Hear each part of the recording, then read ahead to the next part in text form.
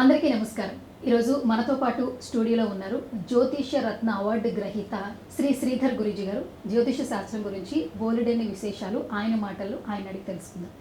నమస్కారం గురుగారు, ఎలా ఉన్నారు? బిఫోర్ మీ ఇంటర్వ్యూలో కూడా జ్యోతిష శాస్త్రం గురించి, అలాగే జాతకాలు ఎవరైతే నమ్ముతారో చాలా క్లియర్గా, చాలా క్లుప్తంగా చెప్తూ ఉంటారు. ఈ కాలం జనరేషన్ ఉన్న వాళ్ళు కూడా మీ మాటలు చాలా పాజిటివ్గా తీసుకుంటూ ఉంటారు. సో ఈరోజు అదే భాగంలో మరొక ఇంటర్వ్యూ చేద్దాం, ఎంతోమందికి ఉపయోగపడే విధంగా. సో నా ఫస్ట్ క్వశ్చనే, చాలామంది ఏంటంటే పరిగెడుతున్న టైంలో జాతకాలు ఏంటి, జ్యోతిష శాస్త్రం ఏంటి అని క్వశ్చన్ చేస్తూ ఉంటాం. ఈరోజు మనం చదువుకున్నాం, ఒక సెటిల్ అయిపోయాం, నెక్స్ట్ పెళ్లి చేసుకోవాలనుకుంటాం, నెక్స్ట్ పిల్లలు ఉంటారు అని అంటున్నారు. కానీ ఏది కూడా ఒక లైన్ ఉంటుంది, శివుని ఆజ్ఞ లేనిదే చీమైనా కొట్టదు అన్న పదం ఎప్పుడు చెప్తూ ఉంటారు చాలామంది పండితులు. కానీ పరిగెడుతున్న జనరేషన్కి, పరిగెడుతున్న పిల్లలు ఏంటంటే జ్యోతిష్యాన్ని అసలు నమ్మట్లేదు. ఫస్ట్ క్వశ్చన్ ఏంటంటే, జ్యోతిష్యాన్ని ఏ కాలంలో ఉన్నటువంటి వ్యక్తులైనా నమ్మొచ్చా, నమ్మకూడదా? జ్యోతిష శాస్త్రం ఎంతవరకు వ్యక్తిగత జీవితంపై ప్రభావం చూపిస్తుంది? ఇప్పుడు జ్యోతిష్య శాస్త్రం అనేది ఇప్పటి నుంచి ఉంది కాదు కదండి. 4 యుగాల నుంచి ఉంది. ఇప్పుడు మన జనరేషన్ ఎప్పుడు మారిందండి? ఒక 40 సంవత్సరాల నుంచి ఫాస్ట్ జనరేషన్ అయిపోయింది. అంతకుముందు ఎప్పటి నుంచి కూడా 4 యుగాల నుంచి కూడా జ్యోతిష్య శాస్త్రాన్ని, కర్మశాస్త్రానికి అనుభవించే తోడవుతూ వస్తుంది. ఎన్నో మీరు ఒక మాట చెప్పారు, ఎందుకు నమ్మచ్చు అని. ఎందుకు నమ్మచ్చు అనేదానికి చిన్న ఉదాహరణ, దేవుడు ఉన్నాడు అని మీరు ఎందుకు నమ్ముతున్నారండి? చూశారా మీరు? చూడలేదు కదా. అంతరిక్షంలో వెళ్ళే వాళ్ళు దేన్నన్నా పంపించే ముందు దేవుని ముందట ఎందుకు పెడుతున్నారు? మా నమ్మకం. అంతే కదా. ఒక డాక్టర్ ఆపరేషన్ చేసే ముందు దేవుని ముందట గుడి కట్టుకుంటాడు. ఎందుకు? దేవుడు ఉన్నాడు, నేను చేయబోయే పని మంచిగా రాదు కానీ నమ్మకం. ఇంత సైన్స్ డెవలప్ అయ్యాక కూడా వీళ్ళందరూ ఇవన్నీ చేస్తున్నారు కదా. దేనికోసం? నమ్మకం. ఏ టైం నడుస్తుంది, ఏ టైంలో మనం ముందరికి వెళ్తాం, ఏ టైంలో బ్యాడ్ అవుతుంది, ఏ టైంలో గుడ్ అవుతుంది, అవన్నీ మన పూర్వీకులే, మన దేవతలే ఇవన్నీ మన శాస్త్రాన్ని నిగూఢించి పెట్టారు. దాన్నే మనం వివరిస్తున్నాం తప్ప వేరే దాన్ని కాదు. అంతే. అదంతవరకే మనం వాళ్ళ జాతకాన్ని ఎంతున్నది, ఎంతవరకు కరెక్టు, ఎంతవరకు రైటు, వాళ్ళ జీవితం ఎంతవరకు పోతుంది, ఎంత బాగుంటుంది, ఎంత చెడు ఉంటుంది, ఎంత మంచి ఉంటుంది అనేది మాత్రం చెప్తాం మనం. అంతేగాని మనం కల్పించుకొని చెప్పేది కాదండి ఇది. లేకుంటే లేనిది ఉన్నట్టు, ఉన్నది లేనట్టు చెప్తే వాళ్ళకి తెలియదా అండి? మీ గురించి నేను చెప్తున్నాను, మీరు ఇన్ అండ్ అవుట్ చెప్తాను. చెప్పినప్పుడు మీకు మీ అంతరంగానికి అయితే తెలిసిపోతుంది కదా ఏం చెప్తున్నాం అనేది. ట్రస్ట్ అయితేనే మీరు మా దగ్గరికి వస్తారు. ట్రస్ట్ లేనిది ఎందుకు వస్తారండి? ఓకే, జ్యోతిష్య శాస్త్రం గురించి చాలా డౌట్స్ ఉన్న వాళ్ళకి ఈ ఒక్క ఆన్సర్తో క్లియర్ అయిపోయిందంటే అనుకోవచ్చు. అండ్ మెయిన్గా ఏంటంటే, ఒకళ్ళు ఒక జాతకం చూపించుకోవాలి, ఓకే. లేదా ఒక కుటుంబంలో ఒక తల్లిదండ్రులు పిల్లల జాతకాలు చూపించాలి. ఓకే.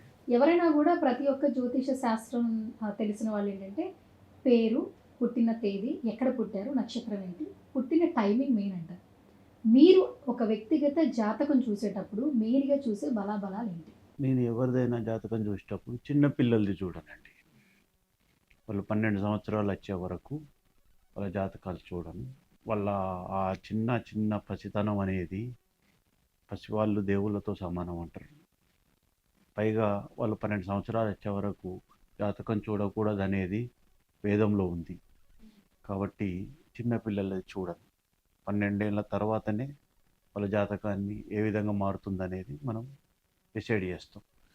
మీరు ఇంకో క్వశ్చన్ అడిగారు, ఏంటండి ఈ జాతకాన్ని మీరు ఎట్లా చేస్తారు? నేను లగ్నాన్ని పట్టుకొని చేస్తానండి. ఎప్పుడు పుట్టారో అనే లగ్నాన్ని పట్టుకొని చేస్తాను. ఈ నక్షత్రాలు, రాసులు ఇవన్నీ అంటే నేను ఎక్కువ చూడను. ఇవి కేవలం సూచిక శాస్త్రం అన్నట్టు. ఇప్పుడు మీరు రాశి ఫలాలు ప్రతి సంవత్సరం ఈ రాశి వాళ్ళకి బాగుంటుందని చెప్తారు. బాగుంటుందా? కానీ బాగోదు. బాగోదు. మళ్ళీ ఏంటని కాల్ చేసి అడిగినప్పుడు ఈ నెల నుంచి ఈ నెల వరకు బాగుంది, అంతే. గురుడు, బుధుడు, శని అని చెప్పి గ్రహాల గురించి చెప్తుంటారు. ఎందుకంటే 10 రోజుల కింద ఈ రాశి వాళ్ళు ఏది పట్టుకుంటే బంగారం అంటే, మళ్ళీ 15 రోజుల తర్వాత శుక్రుడు ఇలా తిరిగాడండి, ఈ రాశి వాళ్ళు ఇలా అవుతుంది అంటారు. అంటే వాళ్ళకున్న పరిజ్ఞానంతో ఒక్కొక్కలాగా చెప్తూ ఉంటారు. అందుకని నేను రాసులను ఎక్కువ నమ్మనండి. నేను లగ్నాన్ని పట్టుకొనే ఎక్కువ వెళ్ళిపోతుంటాను. అది కూడా ఒక రోజుకి 2, 3కి మాత్రమే ఇస్తాను అపాయింట్మెంట్. అంతకని ఎక్కువ ఇవ్వను. ఎందుకంటే ఒక జాతకం చూడాలంటే ఒక 4 గంటలు పడుతుంది. నాకు తెలుసు 4 ఎంత hours పడుతుంది. 4 అవర్స్ పడుతుంది. అది ఎంత కష్టమో తెలుసు. ఒక జాతకం చూడాలంటే ఒక కుండలిని చూడనవసరం లేదండి. 32 కుండలిని చూడాలి. నీ జీవితానికి ఒకటి ఉంటుంది. నీ యొక్క ఇప్పుడు నడుస్తున్న ప్రజెంట్ సిచ్యువేషన్కి ఒకటి ఉంటుంది. నీ యొక్క జీవిత మ్యారేజ్ లైఫ్కి ఒకటి ఉంటుంది. నీ ప్రొఫెషనల్ లైఫ్కి ఒకటి ఉంటుంది కుండలి. మీ అన్నదమ్ముల లైఫ్కి ఒకటి ఉంటుంది కుండలి. ఇట్లా ఇల్లుకు సంబంధించి, వ్యాపారానికి సంబంధించి, అన్నిటికి సంబంధించి 32 కుండలు ఉంటాయి. ఇవన్నీ మనం ఒక కాడికి తీసుకొచ్చి కూర్పు చేసి వాటిని అన్వయించుకొని వాళ్ళకి ఏం జరుగుతుందనేది అంతే తప్ప టకటక చెప్తే ఇప్పుడు మొన్న ఎలక్షన్లో చూడండి, ఎవరికి ఇష్టం వచ్చినట్టు వాళ్ళు చెప్పారు. మరి ఏం జరిగిందండి? ఇంత కింది మీద అయిందా లేదా? కాబట్టి మనం అలా చెప్పకూడదండి. ఒక జ్యోతిష్యం చెప్పాలంటే అది చాలా లోతుగా వెళ్ళి పరిశీలన చేసి చాలా చాలా పరిశీలన చేసి, వీళ్ళకి అష్టమ శని నడుస్తుందండి, వీళ్ళకి అర్ధాష్టమ శని నడుస్తుంది, వాళ్ళకి శని నడుస్తుంది. అట్లాంటి మోడీ గారు శనిలో ఉన్నప్పుడే పిఎం అయిండు.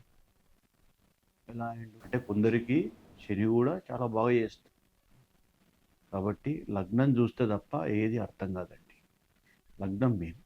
ఓకే. నా మట్టుకు నేను లగ్నాన్ని చూసి చెప్తాను. లగ్నం అంటే ఏంటి? పుట్టిన గడియలు. చాలా మందికి గురూజీ ఏ టైం పుట్టారో పాపం తెలియదు. అవును, అలాంటి పుట్టిన పిల్లలకి వాళ్ళకు తల్లిదండ్రులు చనిపోయిన తర్వాత ఆ డేట్ గుర్తుంటుంది, ఎక్కడ పుట్టారో చెప్తే తెలియదు తప్పితే టైమింగ్ తెలియదు. అవును. అలాంటి వారికి మీరు ఎట్లా చెప్తారు? అమ్మా, నేను ఒక ఉపాసన మా గురువు గారి ద్వారా ఒక ఉపాసన చేశానండి. అసలు నేను యాక్చువల్గా రెడ్డిని. బ్రాహ్మణ కుటుంబంలో ఏ కుటుంబంలో పుట్టలేదు. చాలా పెద్ద కుటుంబంలో పుట్టాను. కాకపోతే నాకు ఆస్ట్రాలజీ మీద ఉన్నటువంటి ఆస్ట్రాలజీ ఉన్నటువంటి కాదు, కొన్ని పరిస్థితుల కారణంగా తిరగడం జరిగింది. ఆ తిరుగుతున్న తరుణంలోనే ఆ అఘోర నన్ను తీసుకుపోయి కొన్ని విద్యలు నేర్పి పంపాడు. ఆ తరుణంలోనే నేను నేర్చుకున్న విద్యలల్లా ఈ అమావాస్య పౌర్ణమికి తాంత్రికం అంటే ఎక్కువ. మీకు ఒక విషయం చెప్పాలండి, మా గురువుగారు నేర్పిన విద్యను అదేవిధంగా ఉపాసన చేసుకుంటూనే వస్తున్నాను. అదేవిధంగా శివునికి కానీ అమ్మవారికి కానీ ఆయన దర్శనానికి వెళ్తుంటాను నెలకోసారి.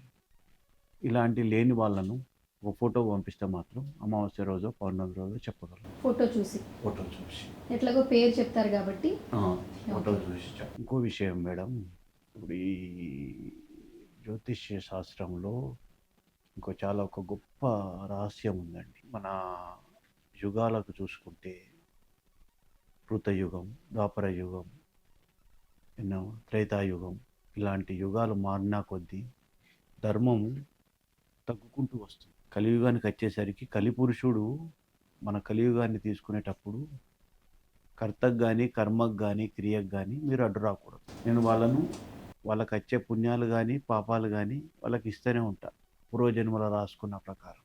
కానీ మీరు వాళ్ళని కాపాడకూడదు, మరి అది చేయకూడదు. మీరు ఒక విధంగా చూడండి, ఇప్పుడు తిరుపతి అంటారు, తప్పుగా. దేవుడు గొప్పవాడు, చాలా గొప్పవాడు దేవుడు.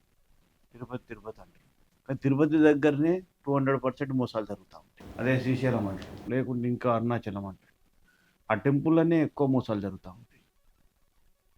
అర్థమైందా? కలిపురుషుడు ఏం చేస్తాడు కదా అంటే, ఈ యొక్క తీసుకునేటప్పుడు వీటికి ఎలాంటి సంబంధం లేకుండా మీరు అడ్డు రాకుండా అని చెప్పి తీసుకుంటారు.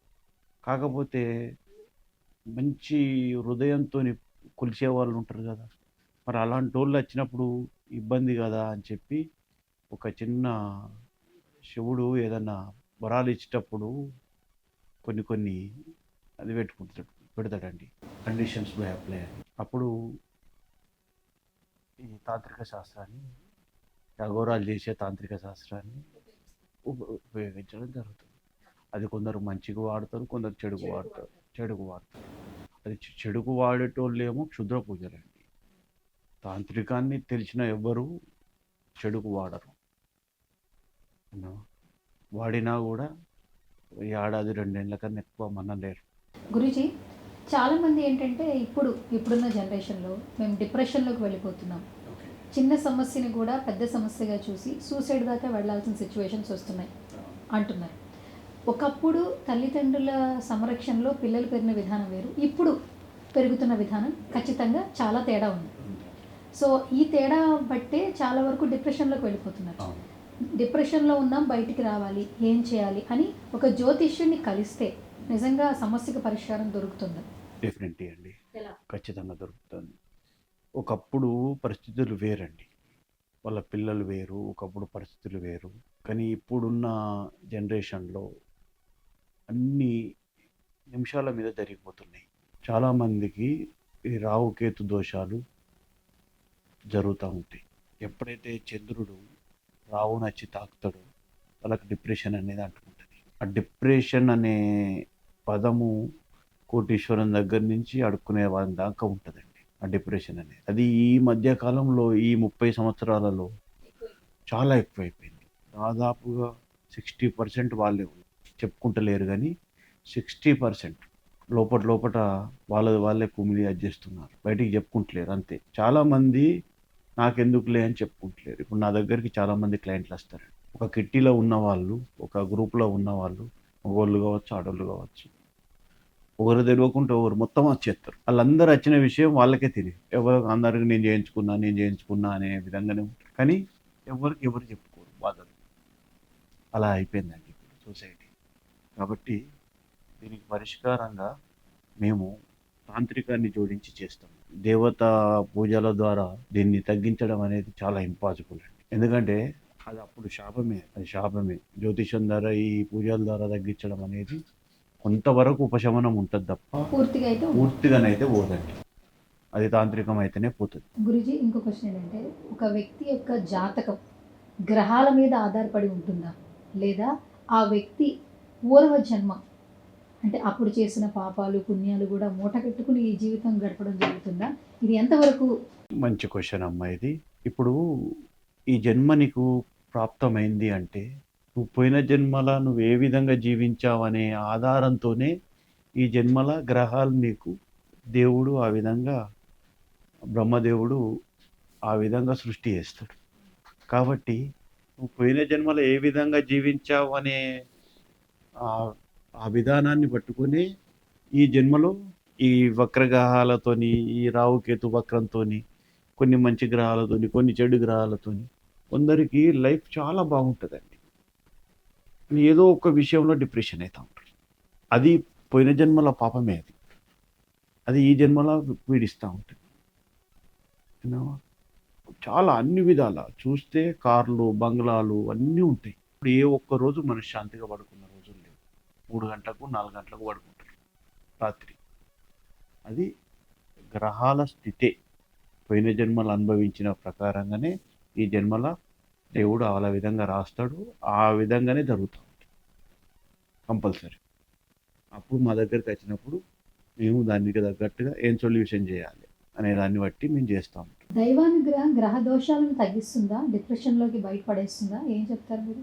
దైవానుగ్రహం అనేది తగ్గిస్తుందండి కొంతవరకు. ఉపశమనం ఇస్తుంది. తగ్గించడం అనేది జరగదు గానీ ఉపశమనం ఇస్తది. నడిచిపోగలుగుతాను అనే ఒక ధైర్యంతోని పోయాడనుకోండి. ఎంత ఎండలైనా నడుచుకుంటూ ఎళ్తాడు. అమ్మా! నాకు డిప్రెషన్ వత్తది అని భయం కొద్దీ ఉన్నోనికి 10 అడుగులు కూడా నడవలేడు. అది కొంతవరకే పనిచేస్తది. ఇంక కొంతవరకు పూర్వజన్మ ఫలం. ఆ పూర్వజన్మ ఫలం ఉంటేనే దైవానుగ్రహం అనేది పరిపూర్ణంగా ఫలిస్తది. పూర్వజన్మ ఫలం లేకుంటే దైవానుగ్రహం కాదు గదా! నువ్వు ప్రతిరోజు పూజలు చేసుకుంటూ, ఇది చేసుకుంటున్నా చూడండి ఒక ఎగ్జాంపుల్ చెప్తాను. కేసీఆర్ గారు చాలా గొప్ప నాయకుడు. హ్మ్. ప్రతిరోజు యజ్ఞం జరుగుతదండి వాళ్ళ ఫామ్ హౌస్‌లో. అంత గొప్ప యజ్ఞం జరిగిన తర్వాత కూడా టైం బ్యాడ్ వచ్చినప్పుడు శుక్రుడు అయిపోయింది. రవి వచ్చాడు. రవి అతనికి నీచుడు. అదొచ్చాక గూడా టైం బ్యాడ్ వచ్చిన తర్వాత నువ్వు ఇన్ని పూజలు చేసినాక గూడా ఆ టైం నిన్ను ఆపిందా? నిన్ను మళ్ళా సీఎం చేయగలిగిందా? చేయగలగలే గదా! నువ్వెంత గొప్ప కార్యం చేశావండి. యాదగిరిగుట్టి దేవస్థానాన్ని అంత పెద్ద అది చేశావు. విన్నావా? ఏ టెంపుల్‌నంటే ఆ టెంపుల్‌ను బాగు చేశావు. నువ్వు తప్పు చేయొచ్చు, ఒప్పు చేయొచ్చు జీవితంలో.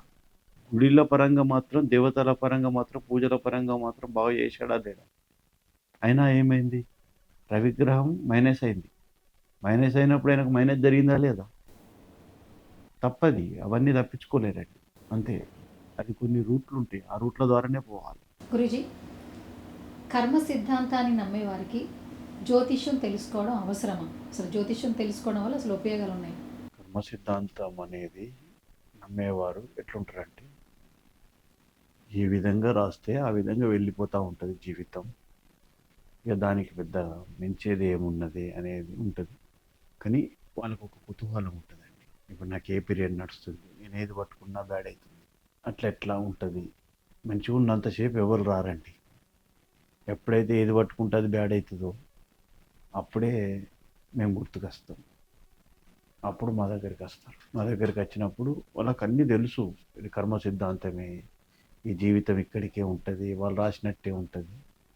కానీ ఒక్కొక్కసారి మేము మొత్తం తెలుసుకొని చెప్పిన తర్వాత మీరు ఇక్కడి నుంచి ఇక్కడ బాగుంటుంది, ఇక్కడి నుంచి ఇక్కడికి ముందుకు పోండి, ఇక్కడ ఆగిపోండి, ఇక్కడ ఒక నెల రోజులు కూర్చొని తినండి, ఏం కాదు, కానీ దానికి పోకండి, దాని జోలికి పోకండి. ఇలాంటి కొన్ని కొన్ని మేము స్కెచ్ చేసి ఇస్తామండి ఒక పేపర్ మీద. ఈ టైంలో మీరు ముందుకు పోండి. వాళ్ళ యొక్క బతికున్నన్ని రోజులు వాళ్ళ స్కెచ్ చేసి ఇస్తాం. ఈ టైం బాగుంటుంది, ఈ టైం బాగుండదు, ఈ టైం బాగుంటుంది, ఈ టైం బాగుండదు, ఈ టైంలో భార్యతో గొడవలు వస్తాయి, ఈ టైంలో వ్యాపారంలో ఇబ్బందులు వస్తాయి. అట్లా పోతే ఏమవుతుందంటే వాళ్ళకు 50% రాసి ఉన్న దాంట్లో సేవ్ అవుతుంది. అది వాళ్ళ ఆ విధంగా ఉపయోగపడుతుంది, వాళ్ళు బాగుపడతారు. గ్రహాలు ఎప్పుడైతే అమ్మా, రాహు చంద్రుడు ఒక గ్రహంలో ఒక ఒక ఒక ఇంట్లో ఉంటాడు, అది మైనస్ ఉంటుంది. డిప్రెషన్ వస్తూ ఉంటుంది, కొందరు పిచ్చిలేస్తుంది, కొందరు మానసికంగా ఇంకో రకంగా ఉంటారు. శుక్రుడు వక్రంగా ఉన్నాడు అనుకోండి, ఈ ఒక్కొక్క దానికి కొన్ని కొన్ని పోర్ట్ఫోలియోస్ ఉంటాయండి. ఒక్కొక్క గ్రహానికి నవగ్రహాలు అంటారు. ఇన్ని గ్రహాలు మంచిగా ఉన్నా దీనిలో మెయిన్ ఇంపార్టెంట్గా మనిషిని అతలాకుతలం చేసేటి ఇంకొక 3 ఉంటాయండి. వనరుడు, ఇంద్రుడు, యమధర్మరాజు. అందుకే యమగండం అని ప్రతిరోజు వస్తుంది, చూశారా మీరు? ఇది కూడా ప్రతి వాళ్ళ జాతకంలో ఒక అంతర్భాగమే ఉంటుంది. ఇన్ని బాగున్నా ఒక ఇంద్రుడు మంచిగా లేడనుకోండి, జీవితాన్ని అతలాకుతలం చేసేస్తాయి. వనరుడు మంచిగా లేడనుకోండి, ఇట్లా బయటికి వేస్తేనే కళ్ళపడి నీళ్ళు వస్తాయి. ఏసీ ఎక్కువ వస్తేనే ఒక రకమైన అదైతే ఉంటుంది తొందరగా. అంటే ఏ గాలికి సంబంధించింది ఏది వచ్చినా కూడా మనిషి తొందర ఎఫెక్ట్ అవుతూ ఉంటాడు. అదేవిధంగా ఇంద్రుడు బాగా లేకున్నా కూడా మనల్ని బట్టినే గొడవలు సృష్టిస్తూ ఉంటాడు. మన శుక్రుడు బాగా లేకున్నా, గురువు బాగా లేకున్నా, ఇప్పుడున్న యుగంలో మనిషి చనిపోవడుతోనే టక్కని ఆత్మ పరమాత్మలో కలిసిపోదండి. కలిసిపోక 354 రోజులు అది గాల్లో తిరుగుతూ ఉంటుంది. ఎవరికైతే వీక్ ఉంటుందో, అతి భయంకరమైన వీక్ ఉంటుందో వాళ్ళ లోపలికి వచ్చేస్తుంది. లేకుంటే ఆ 30 కిలోమీటర్ల సరౌండ్లా ఎవరైతే క్షుద్ర పూజలు చేస్తారో వాళ్ళ దగ్గరికి వెళ్ళిపోతాడు. వాడు ఏం చేస్తాడు? ఎవరి మీదకి విసురుతాడు. సత్యం అండి ఇది. ప్రతి ఒక్కరి జీవితం ఆరాళ్ళతో ముడిపడే ఉన్నది. ఇది నేను చెప్పే మాట కాదు, ఇది సైన్స్ చెప్పే మాట, ఇది సైంటిఫిక్గా కూడా ప్రూవ్ అయిన మాట. మీరు చాలా సినిమాలలో చూడండి, ఇప్పుడు అలాంటి సినిమాలే వస్తుంది. ఎందుకంటే రియలిస్టిక్గా జరుగుతున్నాయి కాబట్టి అలాంటి సినిమాలే వస్తుంది. కాబట్టి ఈ సైతాన్ అనేది, మనం సైతాన్ అనేటం మేము ఆరా అంటామండి. ప్రతి వాళ్ళకు ఈ డిప్రెషన్లోనైనా ప్రతి వాళ్ళ లోపల ఒక ఆరా ఉంటుందండి. మనం ఆరాన్ని తీయగలిగితే వాళ్ళ లోపల డిప్రెషన్ తీసేసినట్టు. దీనికి డిప్రెషన్కు నాకు తెలిసినంత మట్టుకు ఈ సైకియాట్రిస్టులని వాళ్ళని వీళ్ళని ఉంటారు, కానీ నాకు తెలిసినంత మట్టుకు వాళ్ళు చేసే వైద్యం ఏముండదు. మైండ్ను ఫాస్ట్గా పరిగెత్తే మైండ్ను స్లో చేస్తారు. స్లో చేసడం అనేది మత్తు మంది ఇచ్చిన లాంటిది. మెడిసిన్స్ లాగానే మత్తు మంది ఇవ్వడం అంటే వాళ్ళకి నిద్ర వస్తుంది, పడుకుంటారు. అంతే. ఫాస్ట్గా పనిచేసే బ్రెయిన్ కొంచెం నిదానంగా నిదానంగా పనిచేస్తారు, ఎక్కువ టైం నిద్రలో ఉంటారు. నిద్రలో ఎక్కువ నిద్ర వస్తూ ఉంటుంది, అంతే వాళ్ళు చేసేది. కానీ మేము చేసేది అట్లా కాదండి. దాన్ని కంప్లీట్గా పంపించేస్తాం మనిషి లోపటి నుంచి కంప్లీట్‌గా పంపించేస్తారు. ఈ విధంగా చెప్పుకోకుండా బాధపడే వాళ్ళు యూఎస్‌లో గావచ్చు, యూకేలో గావచ్చు, ఇండియాలో గావచ్చు, చాలా పెద్ద పెద్ద కుటుంబాలల్ల గావచ్చు, చాలా చెప్పుకోకుండా నలిగిపోయే వ్యక్తులు చాలామంది ఉన్నారండి. చాలామంది సీక్రెట్‌గా డాక్టర్ దగ్గరికి పోయేస్తారు. లేకుంటే ఈ డిప్రెషన్ ఎక్కువైపోయి డ్రగ్స్‌కి అలవాటైతా ఉంటారు. ఇదే డిప్రెషన్ ఎక్కువైపోయి ఇంకా దేనికో అలవాటైతా ఉంటారు. వాళ్ళ జీవితం ఎటుపోతుందో వాళ్ళకే అర్థం కాదు. కాబట్టి ఈ టైముల్నే ఇటువంటి టైముల్నే ఇలాంటి మంచి నిర్ణయం తీసుకున్నారనుకోండి, వాళ్ళు అదృష్టవంతులు. లేదనుకోండి దురదృష్టవంతులు. మనం ఏం చేయలేం. గురూజీ, బేసిక్గా ఏంటంటే హోమాలు, యాగాలు, పూజలు ఇవన్నీ బాగా చేస్తే మన వ్యక్తిగత జీవితంలో, జాతకంలో చాలా మార్పులు జరుగుతాయి. అంటే మనం తెలుసో తెలియక ఏదైనా తప్పులు చేసినా కూడా కొంతవరకు ఇవి మనల్ని అందులోంచి బయట పడేస్తాయని ఎంతోమంది నమ్ముతూ ఉంటారు. అవును. ఇది ఎంతవరకు వాస్తవం? రాహుకేతు దోషం ఉందండి. మీ దగ్గరికి అచ్చుడుతోనే కొందరు రకరకాలుగా చాలామంది ఉంటారండి. శ్రీకాళహస్తి వెళ్ళిరండి. శ్రీకాళహస్తి వెళ్ళండి అని ఆ! చెప్తుంటారు. వెళ్ళండి అని చెప్తారు. యాక్చువల్‌గా ఏందంటే మేడం, అది 74 వరకు శ్రీకాళహస్తిలో ఆ శివుని దగ్గర ఉన్న నీళ్ళు, శివుడు అనేవాడు చాలా పొడుగుంటాడు. ఆడ రంధ్రాలు ఉంటాయి. ఇప్పటికి కూడా మీరు ఒకటి అబ్జర్వ్ చేయండి. శ్రీకాళహస్తిలో ఒకటే పూజారి 4 గంటలకు వచ్చి అభిషేకం చేసి తలుపేసుకొని పోయిందంటే, మళ్ళా సాయంత్రమే వచ్చి అభిషేకం చేస్తాడు. మళ్ళీ ఆయన బయటికి కూడా కనబడడు. అది లోపలికి పోవడానికి వేరే వాళ్ళకి మినిస్టర్ కాదు, సీఎం కూడా అధికారం లేదు. అది వాయులింగం, అంత పవర్ఫుల్. అది 74 లోపట ఆ నీళ్లను అడిగి పోయి వచ్చే వాళ్ళను ఆ శివుని లోపట రంధ్రాలు లెక్క శివుడు ఉంటాడు కదా, వాయులింగం. ఆ శివుని లోపట నీళ్లు ఈ బిల్వంతోని చల్లదాం, పూజ చేసుకొని చల్లిపించుకొని పోతురు. కాబట్టి నాకు తెలిసి 70కి ముందు ఈ గ్రహ దోషాలను 50-70% తగ్గించేవాళ్ళండి. ఆ దేవుడే తగ్గించేవాడు. అలాంటిది ఇప్పుడు అది మొత్తం మూసేశారు. బయటకు వచ్చి ఎక్కడనో 10 నిమిషాలు చేస్తున్నారు, అయిపోతుంది. కరెక్ట్ పద్ధతిలో చేస్తే మాత్రం తగ్గించుకోవచ్చండి.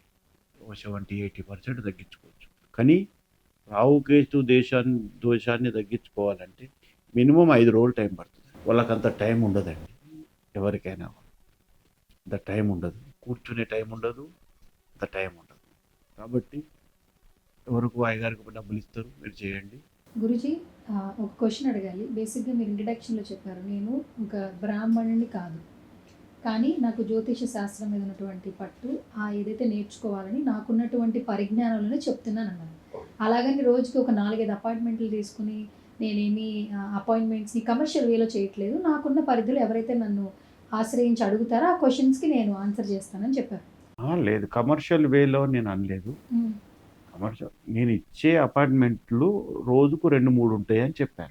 చాలా మందికి ఒక క్వశ్చన్ ఉంటుంది, నరదిష్టి అంటుంటారు. అంటే దిష్టి తగులుతోంది అంటుంటారు. అంటే ఒక్కో ఏజ్‌లో చిన్నపిల్లలకి ఏంటంటే పేరెంట్స్ ఇప్పటికీ కూడా ఒక 4-5 రోజులు ఫుడ్ తినకుండా ఏడుస్తూ ఉంటే ఏదో దిష్టి తగిలినట్టుంది, ఏదో తిన్నది అడిగినట్లేదు. డాక్టర్ దగ్గర తీసుకెళ్తున్నారు. మెడిసిన్స్ చిన్నపిల్లలకి ఏముంటది కాబట్టి తగ్గట్లేదు. ఇప్పుడు ఏం చేస్తున్నారంటే మసీదులకెళ్ళి అక్కడ ఉన్నటువంటి బాబా ఒక తాయెత్తు కట్టి ఒక చిన్న దిష్టి తీస్తే పోతుంది అని ఒక నమ్మకాన్ని నాట్ ఓన్లీ ముస్లిమ్స్, హిందువులు కూడా తీసుకెళ్ళి చూపిస్తున్నారు. అండ్ చాలామంది పెద్దవాళ్ళు కూడా 4-5 రోజులు ఫీవర్ వచ్చి టాబ్లెట్ వచ్చి వేసుకున్నా తగ్గట్లేదంటే వెళ్ళి అక్కడికి వెళ్ళి ఒక తాయెత్తు కట్టుకుంటే తగ్గిపోతుంది అనే నమ్మకం ఇప్పటికీ ఉంది. చాలా మసీదుల దగ్గర చాలా శుక్రవారాలు చాలామంది వెయిట్ చేస్తున్న రోజులు మనం చూస్తూ ఉన్నాం. ఇది మీరు ఎలా చెప్తారు? దీన్ని ఎలా వివరిస్తారు? నమ్మొచ్చు అంటారు? ఇది ఒక రకమైన ప్రతి ఒక్కరి లోపట దాదాపుగా 80% ఉన్న ఆరాల లోపట మనం ఓన్లీ 100కు 2% నిజాయితీతోనున్న సక్సెస్ రేట్‌లో మనం బతుకుతున్నాం. కాబట్టి ప్రతి 80%, 89, 90% వ్యక్తుల లోపట దృష్టి పిల్లల మీద పడ్డదనుకోండి, అది దాని యొక్క ఎఫెక్ట్ రిఫ్లెక్ట్ అనేది వస్తది. చిన్న పిల్లలు కదండీ, వాళ్ళకి ఏదో ఒక చిన్నగా వస్తది. అదే ఒక తాంత్రికం తెలిసిన వాళ్ళు గానీ, ఒక పిల్లల విద్య వాళ్ళు తెలిసిన వాళ్ళు గానీ, అది చాలా చిన్నదండి. అది ఒక తాయెత్తు కట్టేసి, ఒక బస్వం పెట్టేస్తే ఆళ్ళకు ఆ దోషం అనేది వెళ్ళిపోతది. అది వాస్తవం. అది వాళ్ళు ముస్లిం వాళ్ళైనా చేయొచ్చు, హిందూ వాళ్ళైనా చేయొచ్చు, వీళ్ళైనా చేయొచ్చు. అదే కరెక్ట్ పద్ధతి. ఎందుకు అలా చేస్తున్నారు? ముస్లిం వాళ్ళ దగ్గరికి పోవద్దు. వాళ్ళ దగ్గర కూడా ఉంటాయండి. ఎందుకు ఉండయండి? వాళ్ళు కూడా మనుషులే కదా! వాళ్ళు కూడా నేర్చుకుంటారు కదా! క్రిస్టియానిటీ దాకా కూడా ఉంటాయి. వాళ్ళ సిద్ధాంతాల ప్రకారంగా వాళ్ళకుంటాయి. హ్మ్. వీళ్ళ సిద్ధాంతాల ప్రకారంగా వీళ్ళకుంటాయి. మా సిద్ధాంతాల ప్రకారంగా మాకుంటాయి. మేము చేస్తాం.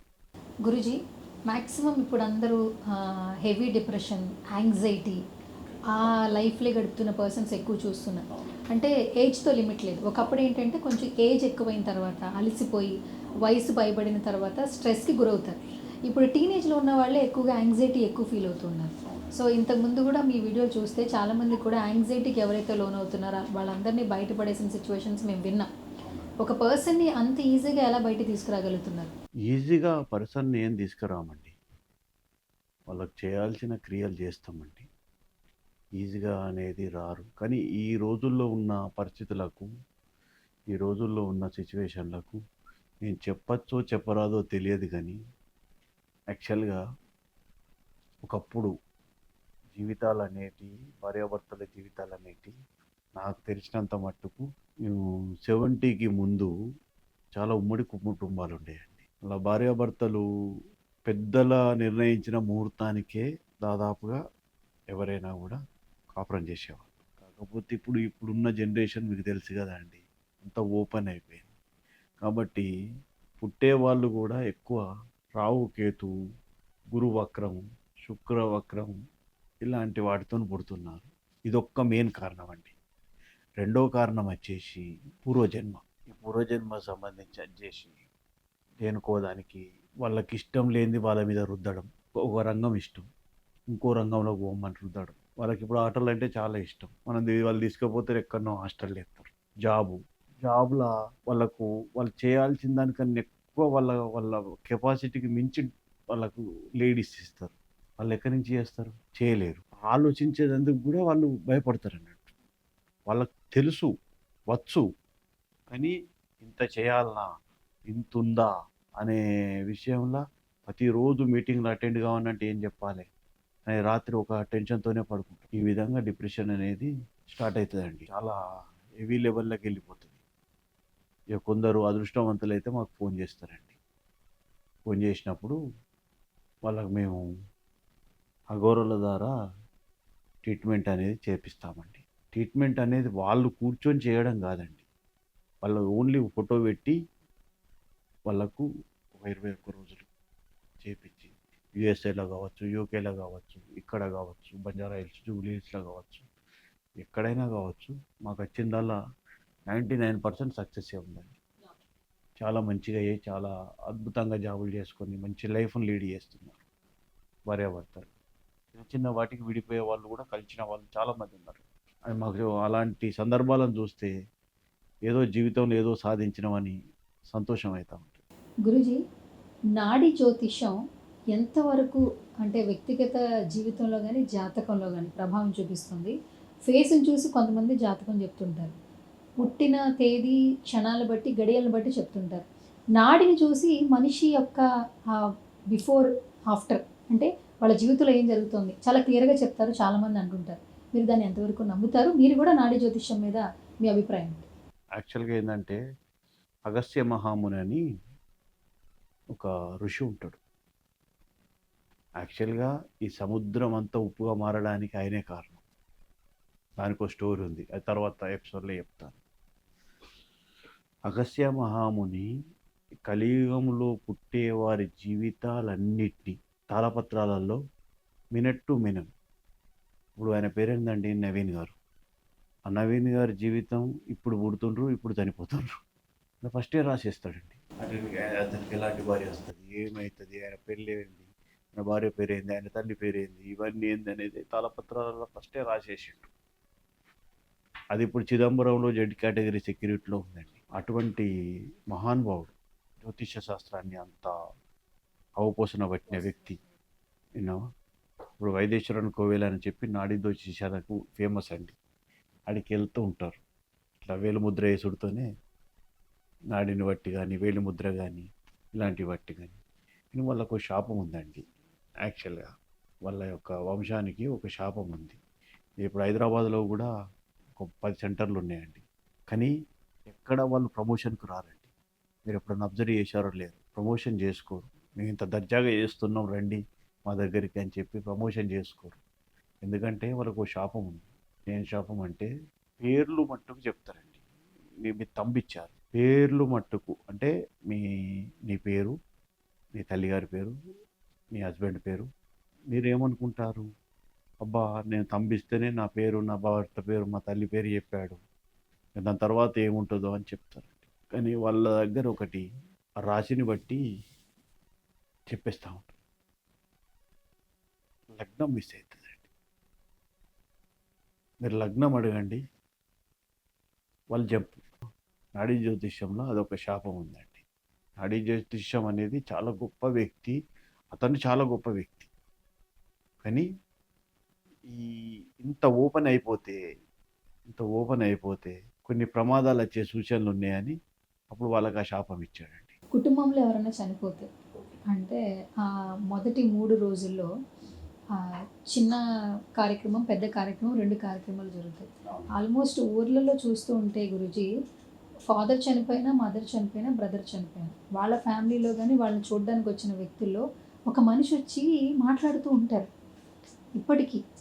అంటే ఆ చనిపోయిన ఒక రోజులోనో, 3 రోజుల్లోనో చిన్న కార్యక్రమం, చిన్న తద్దినం జరిగే క్రమంలో ఆ చనిపోయిన వ్యక్తి ఏడుస్తూ ఉంటారు, ఏదో మాట్లాడుతూ ఉంటారు. అది ఎంతవరకు నమ్మొచ్చు? అది నిజంగానే జరుగుతుందా? లేదంటే అది ఒక చిన్న ఆ వైబ్రేషన్స్, ఇప్పుడు చనిపోయిన వ్యక్తి ఇంటి చుట్టూ ఒక వైబ్రేషన్స్ ఉంటాయి అంటూ ఉంటారు. అది వేరే వాళ్ళ మీద వచ్చే మాటలా? లేదంటే ఎంతవరకు బిలీవ్ చేయొచ్చు? అట్లా లేదండి. అది నాకు తెలిసినంత వరకు నేను ఎక్కడ వినలేదు. మీరు అంటున్నారు ఇప్పుడు. నేను చూశాను. మీరు చూశారు కావచ్చు. హ్మ్. కాకపోతే ఏందంటే వేరే వాళ్ళ రూపంలో ఒక ఆత్మ వచ్చి అదే. అది చెప్తా ఉంటది. హ్మ్. ఇట్లా నాకు ఇది చేయండి, నేను ఈ తృప్తి పడతాను. ఆ! నాకు అది చేయండి, నేను తృప్తి పడతాను. కొందరు పల్లెటూళ్ళల్లో దేవుళ్ళు వస్తారు కదా! అవును. ఆ రూపంలో వచ్చి చెప్తూ ఉంటారు. అది ఆత్మలనేటివి వస్తాయండి. వచ్చుడొస్తాయి. కానీ ఇట్లా డైరెక్ట్‌గా రావు. ఇప్పుడు ఏ ఆత్మకైనా, ఏ ఆరాకైనా వాయిస్ ఉంటది తప్ప, శరీరం ఉండదు. శరీరం గానీ, కవలికలు ఇప్పుడు సినిమాలలో చూపించినట్టు ఈ రూపం అనేది ఉండదండి. వాయిస్ ఉంటది. ఇప్పుడు నేను ఎవరినన్నా పలికించేటప్పుడు వాయిస్ అనేది మాత్రమే వస్తది. మీరు చూడండి. ఆ మనిషి రూపం రాదు. ఆ మనిషి గూడా ఉండడండి. అంటే స్పృహలో ఉండడు. మీరు ఒక జ్యోతిష్యం చూసేటప్పుడు అందులో ఉన్నటువంటి దోషాలు చెప్తుంటారు. మీకు ఈ దోషం ఉంది, ఈ రింగ్ ధరిస్తే బాగుంటుంది, లేదా ఈ రాయి ధరిస్తే బాగుంటుంది అని చెప్తూ ఉంటారు. మ్యాక్సిమం ఒక వ్యక్తి జాతకంలో ఈ దోషాలు నివారణకు వాడే ఈ రింగ్స్, రాళ్ళు ఏదైతే ఉందో ఎంతవరకు ప్రభావం చూపిస్తాయి? శరీరంలో పెట్టుకోవడం వల్ల, రెగ్యులర్గా యూజ్ చేయడం వల్ల, కనక పుష్యరాగం కావచ్చు, మిగతా అన్ని సైజ్ చేస్తూ ఉంటారు. మీరు రాయి పెట్టుకుంటే బాగుంటుంది, మీకు కొంచెం బాగుంటుంది అంటుంటారు. ఎంతవరకు నమ్మొచ్చు అంటారు? నాకు తెలిసిన మటుకు చెప్తున్నా మేడం. ఒక జ్యోతిష్యునిగా నాకు తెలిసిన మట్టుకు మీకు ఈరోజు రవి బాగుందండి. అప్పుడు మీరేం చేయాలి? కెంపును వాడాలి. వేరే రోజు గురువు బాగుంటుంది. కంకపుష్యరాగం. అది మనిషి జీవితానికి పాజిటివ్‌నెస్ అనేది 9% వరకు తెస్తుంది. అంతే. అది ఒరిజినల్ అయితే. 9% వరకు తెస్తుంది. అది ఒరిజినల్ దొరకాలంటే 3 crores కావాలండి. ఒరిజినల్ కావాలంటే. కనకపుష్యరాగం, డైమండ్ గానీ, ఏదైనా ఒక 3 క్యారెట్స్ కావాలంటే 3-4 కోట్లు కావాలి. నాకు తెలిసినంత మట్టుకు ఇప్పుడు పెట్టేటియన్నీ డూప్లికేటే. ఏదో జాతకరీత్యా అని చెప్పి ఏదో పెడతారు. అమ్మేసుకుంటున్నారు తప్ప అది వెనకట నడిచిందండి. అంటే ఒక దాదాపుగా కృతయుగంలో, ద్వాపర యుగంలో రాజుల కాలంలో వాళ్ళకు మంత్రివర్గం ఉండేది కాబట్టి వాళ్ళు తయారు చేయించి పెట్టేది. వాళ్ళు షర్ట్ వేసుకోపోయేది. అప్పుడు ఈ ఆభరణాలతోనే అలంకరించుకునేది. వాళ్ళు ఏ రోజు ఏది మంచిదో అని చెప్పి డైరెక్ట్‌గా చూసి పెట్టేవాళ్ళు. అది ఈ రోజులలో అది సాధ్యం కాదండి. ఏదో షో పుటప్ తప్ప అంతే. ఈ రోజులలో అది బాగుంటే 9% పనిచేస్తుంది ఒరిజినల్ అయితే. ఓకే. అది రోజుకోటి మార్చాలి మళ్ళా. ఈ రోజు నడిచే గ్రహం రేపు నడవదు కదండీ. రోజుకోటి మార్చాల్సుంటది. గురూజీ, పితృతర్పణాలు చాలా వరకు కూడా కుటుంబంలో అబ్బాయి ఉంటే చేస్తారు. అవును. కానీ అమ్మాయి ఉంటే పెళ్ళై వేరే వాళ్ళ ఇంటికి వెళ్ళడం జరుగుతుంది. అవును. ఇంట్లో తండ్రి లేరనుకోండి, ఓకే. కానీ ప్రతి సంవత్సరం ఎప్పుడు నా బిడ్డలు పితృతర్పణాలు ఇస్తారా అని ఒక్కొక్క శకం వచ్చినప్పుడు ఎదురు చూస్తూ ఉంటారు అవునండి. మంచి క్వెషన్ అండి. అని వింటూ ఉంటాం. అవును. ఆ పితృతర్పణాలు ఇచ్చిన తర్వాత వాళ్ళ ఆత్మ శాంతి ఉంటుంది. మా కుటుంబం నుంచి ఎవరో ఒకళ్ళు వచ్చి నాకు తర్పణాలు ఇవ్వడం వెయిట్ చేస్తూ ఉంటారు. అవునండి. అంతకాలం చనిపోయిన దగ్గర నుంచి ఆ రోజు వరకు వాళ్ళు వెయిట్ చేస్తూ ఉంటారని వింటూ ఉంటాం. చాలా మందికి అది చేసే స్థితి ఉన్నా కొంతమంది చెయ్యరు, అంటే అవునండి. నమ్మరు. నమ్మరు. కొంతమందికి చేయాలనిపించినా ఆ స్థితి జరగదు. ఒకవేళ ఆడపిల్లే అనుకోండి, చేయలేకపోతుంది. ఇంట్లో ఎవరో ఒకరి చేత చేయించవచ్చు.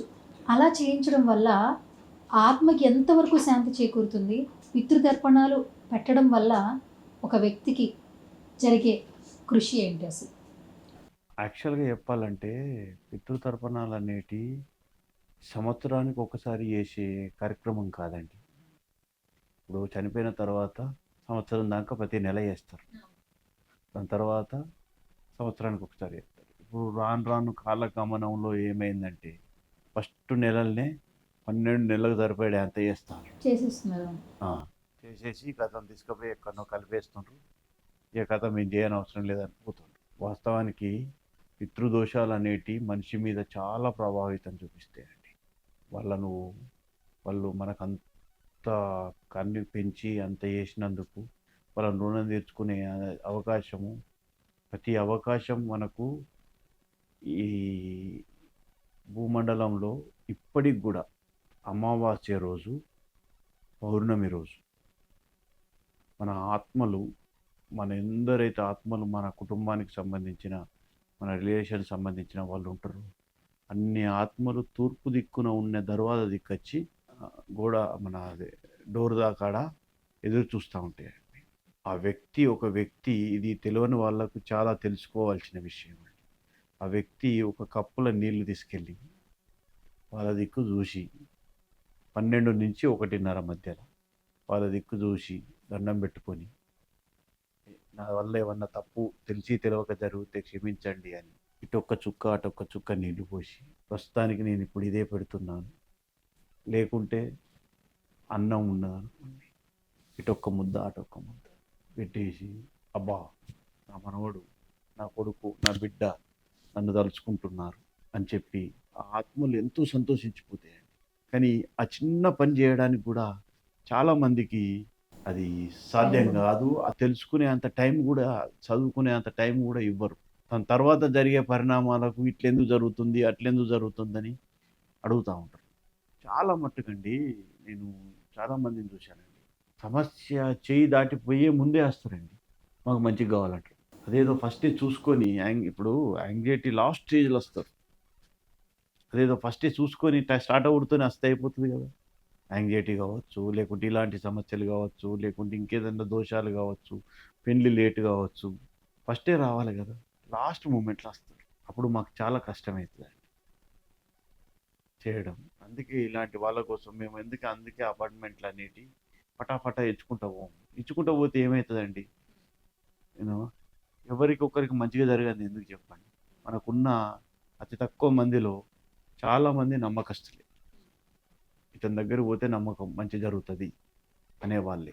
గురుగారు, ఒక ఇంపార్టెంట్ క్వశ్చన్. ఎప్పుడు ప్రతి సందర్భాల్లో, ప్రతి ఇంటర్వ్యూలో, ప్రతి జ్యోతిష్యానికి సంబంధించిన వ్యక్తిని క్వశ్చన్ అడుగుతూ ఉంటారు. పెళ్లికి సంబంధించి జాతకాలు చూసి పెళ్లిళ్ళు చేయాలంటారు. కానీ చాలామంది ఇప్పట్లో లవ్ మ్యారేజెస్ చేసుకుంటున్నారు.